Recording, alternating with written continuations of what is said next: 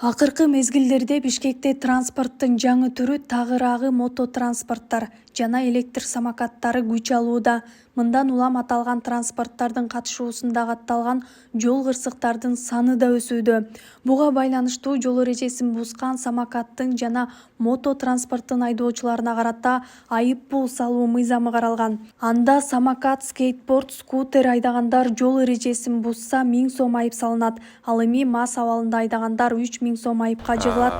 Бүгүнкү күндө азыркы жол эреже мыйзамында бул самокат тепкен жарандарга толук кандуу баягы чара көрө албай атабыз. Ал эми скутер, мотоцикл тепкен жарандар бүгүнкү күндө жол эреже мыйзамында бул эгерде скутердин кубаттуулугу бул 50 сантиметр кубтан жогорку болгондо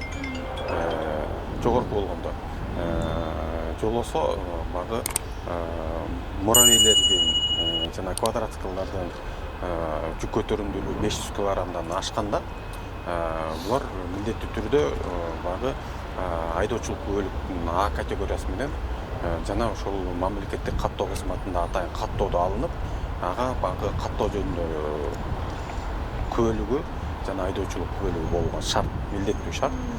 Шаар тургундарынын экологиялык транспортко электр самокатына өтүп жатканы албетте жакшы. Бирок алардын бардыгы эле жол эрежесин сактай бербейт. Алар унаалардын жолуна чыгып, жол кесилиштерден туура эмес өтүп, ар кандай жол кырсыктарын алып келишүүдө.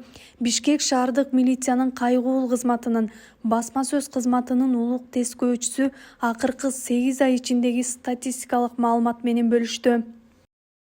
Катталган жол кырсыктарынан токтоло кетсек, бул самокаттардын катышуусунда жалпы жонунан 72 жол кырсыгы катталды.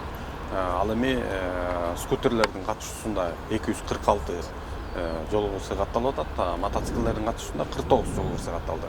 Ал эми каза болгондорго токтоло кетсек, мотоциклдердин катышуусунда катталган жол кырсыгынан 4 адам каза болуп атат, скутер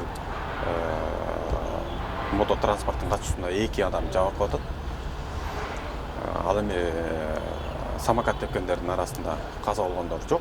Азыркы учурда биздин Бишкек шаары боюнча азыркы учурда мына акыркы бир жуманын ичинде 200дөн ашык мототранспорт айып аянтча коюлуп, баягы документтерин териштирүү иштери жүрүп жатат. Ал эми ошол болгон жол кырсыктарынан алган жаракаттарына токтоло кетсек, мотоциклдердин катышуусунда 57 адам жабыркап атат, ар кандай ооруксуздарда жаракаттарды алып атат. Ал эми скутерлердин катышуусунда 272 адам жабыркап атат, самокаттардын катышуусунда 79 адам баягы жаракат атат. Достор, могу кыз кетип баратканын карабайсыздарбы? Баласы менен электросамокат менен кетип баратат. Самокат, велосипед жана башка мототранспорттар жеңил транспорт каражаты болгону менен жаракат алуу мүмкүнчүлүгү жогору. Мындай транспортты колдонгондор тең салмакты жоготсо эле өзүн жана айланадагыларды майып кылып алуусу мүмкүн. Ошондой эле көпчүлүгү техникалык коопсуздукту да сактабайт. Башына каска, бутуна атайын кийимдерди кийишпейт. Белгилей кетсек, Казакстанда электросамокатты айдоочулук күбөлүгү жок. Айдоого тыюу салынат. Бизде мындай мыйзам азырынча иштелип чыга элек.